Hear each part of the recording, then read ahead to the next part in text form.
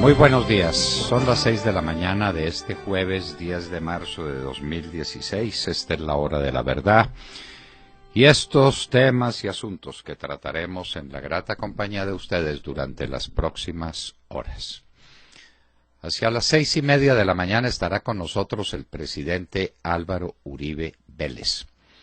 Le pediremos obviamente que nos explique en qué consistió el acuerdo entre el partido que él dirige, el partido que es él, el Partido Centro Democrático, y el santismo, la Mesa de Unidad Nacional sobre las zonas de concentración, porque nosotros no entendemos nada, nada.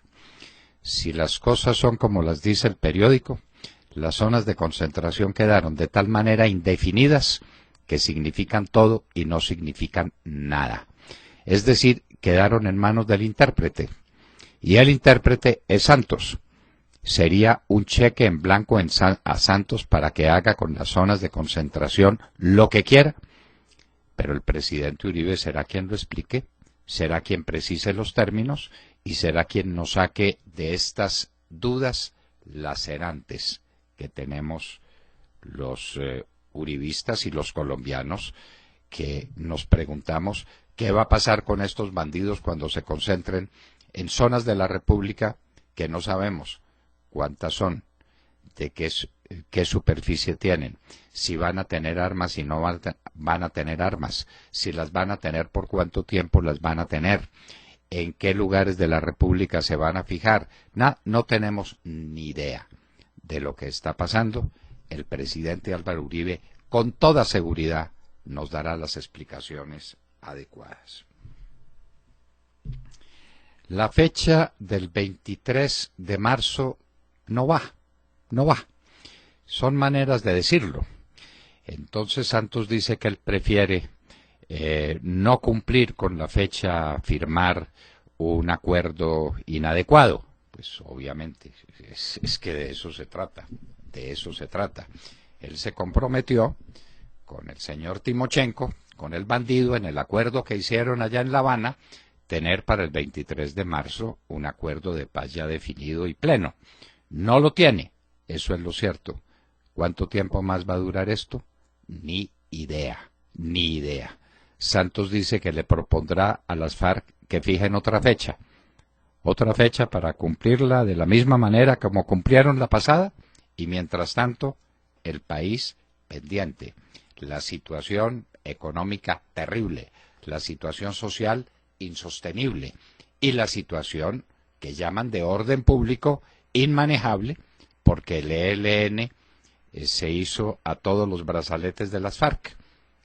Mientras tanto, que corra el tiempo y que el país se disuelva. El director del Centro Democrático, Oscar Iván Zuluaga, insiste en medidas cautelares ante la Comisión Interamericana de Derechos Humanos. Es un viaje que no sabemos si era ese viaje el indispensable, si se trataba de mandar un experto en estas materias internacionales. Nos parece que Carlos Holmes Trujillo era el hombre preciso, pero debió ser el doctor Oscar Iván Zuluaga por razones de representatividad. El director del Centro Democrático es él, y allá está, en Washington. No sabemos cuánto tiempo tomará su ausencia. La Fiscalía quiere conseguir un nuevo testimonio contra Santiago Uribe. Santiago Uribe, que es víctima propiciatoria de todo este enredo en que estamos, un hombre bueno, un hombre limpio, un hombre sano, un hombre inocente. Entonces ahora buscan un nuevo testigo. Mancuso.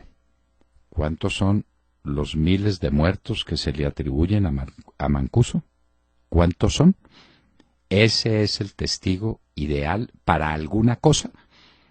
Un hombre que tiene sobre su conciencia miles de muertos es el que va a testimoniar sobre quién mandó matar un chofer de bus en algún lugar de Antioquia. Nos lo preguntamos aquí en la hora de la verdad. Un juez ordena la libertad de John Calzones. Eso es un oso monumental de la Fiscalía.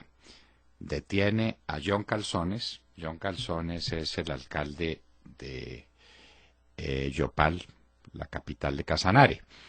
Y entonces la Fiscalía lo acusa de no sé cuántas formas de enriquecimiento ilícito, lo captura, a él junto a la esposa, y un juez de garantías dice que no tiene prueba de nada y lo devuelve no para su casa, para su alcaldía. El Consejo Nacional de Operación aceptó recomendación de racionamiento. Sobre ese tema queremos decir que tenemos una duda matemática gravísima, porque en la próxima cuenta de cobro por energía, usted va a recibir un premio o un castigo. ¿Comparando qué? Comparando el consumo de marzo con el consumo de febrero. Pero es que febrero tiene 29 días y marzo tiene 31. Si la matemática no nos falla, eso significa un 6% más de tiempo en marzo que en febrero. Y a usted le exigen que rebaje el consumo 5%. Si lo rebaja el 5% de todas maneras pierde, porque marzo es un 6% más largo que febrero. Entonces le queda faltando el 6%. Luego el consumo, la reducción de consumo que usted tiene que hacer es del 11%. Tramposo como todas las cosas de este gobierno. Empresarios, ingenieros de Casanare no resisten más ataques del ELN. Dicen que o le resuelven el problema de seguridad o que paran las obras en Casanare. Células madre para regenerar ojos con cataratas en niños. Transporte de córnea. Trataremos de hablar con el doctor Ernesto Otero, nuestro grande asesor en estas materias, para que nos explique esto que puede ser una verdadera revolución en la ciencia médica aplicada a los ojos y a los ojos de los niños en particular. Los republicanos demandan judicialmente al Departamento de Estado por el envío de correos que hizo Hillary Clinton desde la presidencia de la República. Sanders derrota a Hillary en Michigan, que es un estado clave. Sanders revive, no está muerta su candidatura. Mientras tanto, Trump triunfa en todas partes y parece inatajable. Keiko Fujimori recibió una inmensa ayuda en su candidatura. El Tribunal Electoral dijo que había sido mal registrada la candidatura de Guzmán, que era el candidato que le seguía, a mucha distancia, pero le seguía y tenía alguna posibilidad de que las cosas cambiaran en este último mes de campaña. Desaparecido Guzmán, la pregunta es, ¿qué queda? ¿Keiko Fujimori, ella solita? Fuerzas especiales de los Estados Unidos, transportadas en helicóptero, dieron de baja 10 extremistas somalíes del grupo terrorista Al-Shabaab. Ayer les habíamos dado cuenta de un bombardeo de los Estados Unidos contra las mismas fuerzas de Al-Shabaab. Por alguna razón, los Estados Unidos están concentrando su operación militar en contra de este grupo extremista islámico, el de Al-Shabaab, en Somalia. No habrá vacuna contra el Zika, antes de 3 años. Es lo que dicen los científicos. Una noticia decepcionante y un problema gravísimo, porque todos los días nos dan cuenta de nuevos desastres que puede producir el Zika en el organismo humano. Hillary Clinton, candidata a la presidencia de la República, pide sanciones para Irán. Ella, que fue tan débil en el manejo de los asuntos de Irán, ahora pide sanciones a Irán por el manejo que le está dando a sus pruebas balísticas. Es decir, porque está haciendo pruebas, mejor dicho, no por el manejo que les está dando, corregimos. Irán no tiene autorización del Consejo de Seguridad de las Naciones Unidas de hacer estas pruebas, y Hillary pide que le impongan nuevas sanciones a Irán. A Irán, al que le acaban de levantar las sanciones. Y en virtud de ellas recuperó su dinero, y en virtud de ellas está produciendo petróleo, y en virtud de ellas se está armando cada día más. Y en Hoy en la Historia recordaremos, por lo menos, los comienzos de la primera guerra púnica entre romanos y cartagineses. Estamos hablando del siglo III antes de Cristo, cuando Roma ya era una potencia en el mundo, en el reducido mundo de su tiempo. De todo esto y de mucho más hablaremos con ustedes en las próximas horas, en la hora de la verdad. Saludemos la mañana, Montserrat Fernández. Muy buenos días. Pues sí, estamos nostálgicos, pero también muchos estamos confundidos, intrigados, muy a la expectativa con el acuerdo al que llegaron ayer en el Congreso en las llamadas zonas de concentración para las FARC, porque fue precisamente el propio expresidente y senador Álvaro Uribe Vélez quien lideró el acuerdo logrado con los llamados, el que se llama Pacto por la Paz, que es la bancada santista, y que dicen que permitirá la desmovilización y el desarme tras la firma definitiva de la paz en Cuba. Según el expresidente Álvaro Uribe, lo importante, dijo él, no es la firma del proceso, sino que se acabe el delito, aunque el proceso dure varios años. Ahí el tema, ¿no? Y eso es precisamente lo que le preocupa a muchos en un acuerdo que a simple vista no es muy definido ni es muy claro. Llama la atención precisamente en los puntos que presenta la constancia del Senado, las faltas de ortografía, después se lo comentaremos, y la falta absoluta de precisión, no de ortografía sino de redacción, ¿no? ¿Qué significa que en el... De sintaxis, sí. Sí, de sintaxis, ¿no? Cuando dicen las zonas de ubicación temporal no podrán haber cultivos, es no podrá. Ahí sí... Y bueno. En las zonas, no las zonas. Sí, sí, señor. Las zonas no podrá, pues tampoco significa nada. Sí, las zonas no podrán sentido. haber, Sí. pues un horror. En fin, pero eso lo redactaron en las carreras. Sí. ¿Qué significa que el número de zonas de ubicación serán temporales, prudentes y de tamaño reducido? Porque no son más precisos en la definición de temporal, prudente y reducido. O sea, yo pienso que habría que empezar por eso, porque son términos muy amplios. ¿Por qué salen y dicen que las áreas de concentración guerrillera no quedarán en zonas urbanas, condenando como siempre a determinados lugares del país a convivir con las FARC? ¿Tendrán el derecho de decidir o por lo menos de opinar los habitantes de esas zonas que reciben a esos guerrilleros? Pregunto.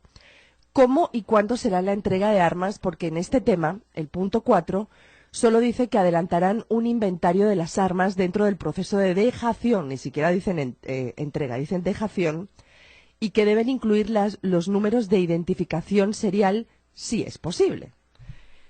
Bueno, si el proceso de paz dura 10... Si no hay número, pues... Entonces tranquilos, que no ha pasado nada. Sí. Si el proceso de paz dura 10 años, eso significa que esas zonas de concentración permanecerán allí 10 años. ¿Quién pagará eso también? Eso tiene un costo, ¿no? Mantener a toda esa gente ahí, me imagino que va a tener un costo enorme. En definitiva, muchos interrogantes y muchas lagunas que necesitamos entender. Hay mucha imprecisión. Montserrat, ¿cuántos son los guerrilleros que se van a concentrar? No tengo ni idea, pero son muchos, ¿Cuántos? ¿no? Me imagino. ¿Cuántos? Que los van a identificar, magnífico, cuando ya están concentrados. ¿Y cuántos se van a concentrar? ¿5.000? ¿50.000? ¿200.000? ¿Cuántos? Mejor dicho, seamos francos, seamos sinceros, como tenemos que serlo, porque tenemos un compromiso con la verdad y con nuestros oyentes. No entendemos nada. Tenemos la certeza de que el presidente Uribe nos lo dirá. Yo no puedo traicionar mi manera de ser. Yo soy un especialista en interpretación de normas. Yo fui profesor de interpretación y de filosofía de la interpretación de normas jurídicas. Sobre eso alcancé a dictar clases en una maestría de Derecho, de Filosofía del Derecho en la Universidad de Caldas. Y dicté mi cátedra durante tantos años en la Universidad Javeriana. Todo esto es indefinido, es lo contrario de lo que debe tener una norma legal bien hecha, bien construida, porque así como está, esto queda en manos del intérprete. Es una indefinición total, es una especie de carta blanca para el que interpreta, es decir, para el señor Santos y para el señor Timochenko, que es temporal, que es prudente, que es reducido, que es la dejación de armas, cuántos guerrilleros se van a concentrar, que es que no estarán en zonas de cultivos. Montserrat, es decir, dentro del cultivo, ¿o a qué distancia del cultivo?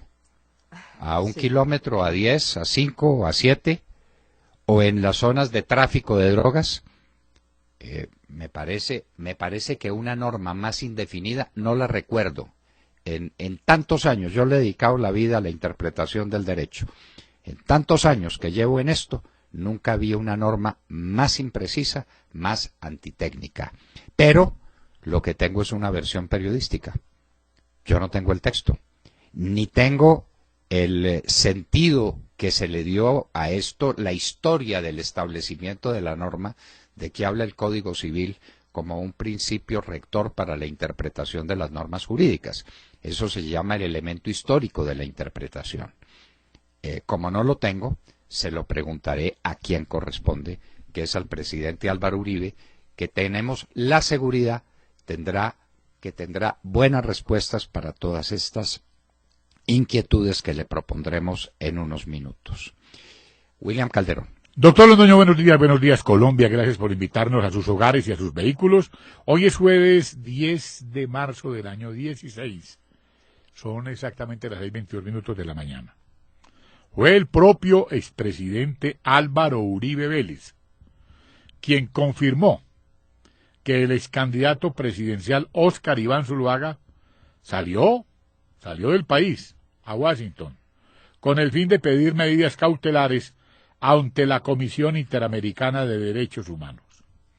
Zuluaga también entregará a la Comisión Interamericana de Derechos Humanos nueva información sobre su solicitud de medidas cautelares realizadas el pasado lunes por presiones del régimen que comprometen la conducta del vocero del Centro Democrático. Doctor Londoño, entonces, ¿qué hacen en el Congreso sus compañeros entregándole un cheque en blanco a sus verdugos? Bueno, es lo que parece, William, pero le repito, será el presidente Álvaro Uribe el que nos explique si esto es o no es un cheque en blanco al intérprete de una norma de tal manera indefinida. La noticia que tenemos es que el doctor Óscar Iván Zuluaga está en Washington pidiendo medidas cautelares que protejan a los miembros del Centro Democrático de más persecuciones políticas encubiertas de actuaciones judiciales, que es lo que está pasando, que es de lo que se trata. Ángel Henao. Doctor Londoño, muy buenos días y muy buenos días para todos nuestros oyentes. Y bueno, hablemos de la carrera electoral en el Perú, que se encuentra tan solo un mes de elegir a su nuevo presidente. Y en Perú, Julio Guzmán, segundo en la intención de voto, y el millonario César Acuña quedaron fuera de la carrera por el sillón presidencial en Perú por incumplir leyes electorales. Una decisión muy polémica que el jurado electoral adopta a un mes de los comicios, dándole así más espacio a Keiko Fujimori, hija del expresidente Alberto Fujimori. Para el Jurado Nacional de Elecciones, JNE, el partido de Guzmán, Todos por el Perú, vulneró graves e irreparablemente sus propias normas al incumplir un proceso de democracia interna para la elección de sus candidatos, mientras que Acuña incurrió en conducta prohibida por entregar dinero en un acto proselitista. Y con este escenario, de acuerdo con un reciente sondeo, con Guzmán y Acuña fuera, el apoyo a Fujimori se eleva a un 37.7%, mientras que el economista de derecha Pedro Pablo Kuczynski se coloca segundo con un 10.1%. Y así las cosas, doctor Londoño y queridos oyentes, en el actual escenario, una segunda vuelta es inevitable, ya que ninguno obtiene la mitad más uno de los votos. Y de ser así el caso, Fujimori se impone en todos los escenarios. Eso parece indicar sería un triunfo de centro derecha, si Keiko Fujimori se mantiene fiel a los principios que defendió su padre, y que llevó pues hasta los excesos conocidos. Recordemos que en el Perú había una campaña presidencial de por medio que tenía un candidato obvio y favorito, que era Mario Vargas Llosa, y de pronto apareció un chinito. El chinito no era chinito sino japonés, que era Alberto Fujimori, y Alberto Fujimori, nacido en el Perú, según todo parece indicar, y Alberto Fujimori ganó las elecciones, le ganó a Mario Vargas Llosa, y el poder lo enloqueció y lo convirtió en un dictador, y ese dictador hizo cosas muy importantes como librar la gran batalla contra Sendero Luminoso, y llegó a extremos y a posiciones terribles. Hay un libro de Álvaro Vargas Llosa, hijo de Mario Vargas Llosa, que se llama En el reino del espanto, me parece, que es dramático sobre los crímenes que se cometieron en aquella época. Sea de ello lo que fuere, la hija de Fujimori, Alberto Fujimori, Keiko, que ha sido candidata en otras ocasiones, de acuerdo a las cifras, de acuerdo a la realidad que teníamos ayer, estaría casi elegida presidenta del Perú. Sergio Gel. Doctor Londoño, muy buenos días para usted, para todos nuestros oyentes. Pues abrimos la mañana pendientes del posible racionamiento que se nos avecina, esto en medio de la grave crisis energética por la que atraviesa el país y que tiene a la gente, sí, preocupada, porque ahora se inventaron una medida de zanahoria y garrote, pero hay un secreto que no le cuentan a la gente con ese garrote, un secreto, como nos lo advertía ayer un oyente a través de Twitter y que vamos a compartir con todos ustedes. Van a comparar para los incentivos y para las sanciones por mayor consumo, un mes corto, como lo fue febrero, con sus 29 días, con un mes largo, como lo es marzo y sus 31 días. Esto de entrada nos da 2 días más de consumo en marzo, y aquí viene el problema para dar garrote.